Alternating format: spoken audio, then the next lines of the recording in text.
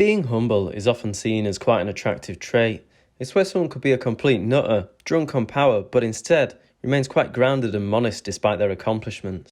I too can happily state I am one of these people. In fact, how humble I am shocks me at times. But even as humble as I am, I too am beckoned to ask the humblest of all questions. Are the 1975 overrated? The 1975 are a band originally formed in Cheshire in 2002. They released their debut album, the 1975, back in 2013, and a subsequent 3 banging albums, with Being Funny in a Foreign Language, their new album, due on the 14th of October in 2022. They're a band that has won multiple awards, and have headlined several major festivals alongside completing arena tours. For some reason, people still call the band overrated, but what if I told you that the band is actually underrated?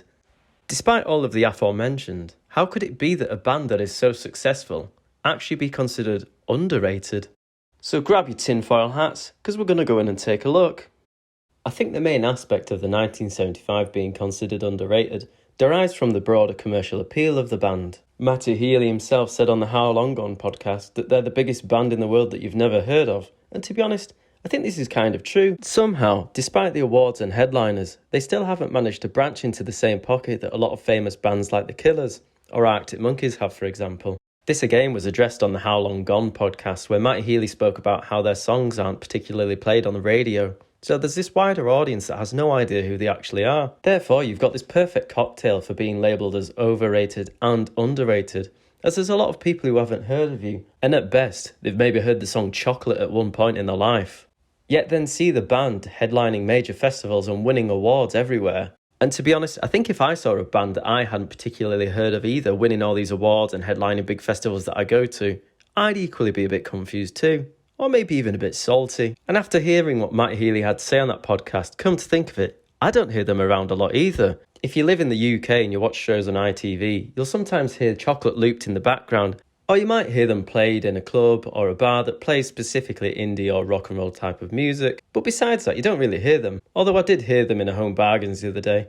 But let's get back to the point. So if they're such a big band you've never heard of and they're maintaining all this success, well, just how are they maintaining said success? It seems to be down to their dedicated fan base that has continually scaled up. Again, I'd implore you to go listen to this podcast after this video and hear George and Matty Healy explain it in their own terms. If you have a popular band where 500,000 people know who they are but only 65k buy tickets, whereas the 1975 have 100,000 people know who they are and 90k buy tickets, 1975 have a better track record of selling tickets, they're more likely to secure a headliner spot. And the same thing works for fan-based voting for awards as well. It's just simple mathematics. One way they might have scaled up such a dedicated fan base is from their live performances, and how good they are, to be honest. I mean, from my own experience, I saw them 7 years ago, and since that point, I've listened to them all the time, and they're still the best live act I've seen, and I'm going to see them on their UK tour, with friends who have seen them having a similar experience. I think it's safe to say this isn't normal for live acts either.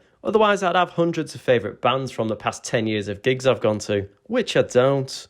A big criticism that I see from why people say the band is overrated is that the songs are too whiny or pretentious. I think it comes from people who haven't fully given their discography a go, and they've already made their minds up about the band. But to take a quick example of many, the song Inside Your Mind, definitely not a whiny song. It's quite a scary tune, to be honest, and it notes about the obsessiveness of someone with another person. It's matched with scratchy guitar tones that pull you down into the madness of the person that the lyrics of the song are building the story around, and it's complemented by dramatic billowing piano chords. And whilst it's one of my favourite songs, it's still very disturbing compared to their indie pop style tunes. It's honestly something I could see Patrick Bateman listening to while pacing through his office. But to take some actual musical criticism, let's have a look at Justin Hawkins, the frontman of The Darkness. He admitted himself he hadn't listened to the band based on a perception that they were pretentious and not worth the time, but he openly admitted that he was wrong after listening to them properly. And I'm pretty sure if the singer of I Believe in a Thing Called Love can admit he was wrong about the 1975, people with far less musical accreditation to their name certainly can. So overall, the 1975 certainly aren't overrated. They're underrated. The achievements they've managed to get are due to a mass dedicated following that's ever growing, as opposed to an incredibly large general appeal that sees bands headlining festivals and winning awards mainly from the amount of exposure that they have to the public. But to be honest, I don't think the 1975 are in a bad spot. They've kind of got the best of both worlds in some aspects.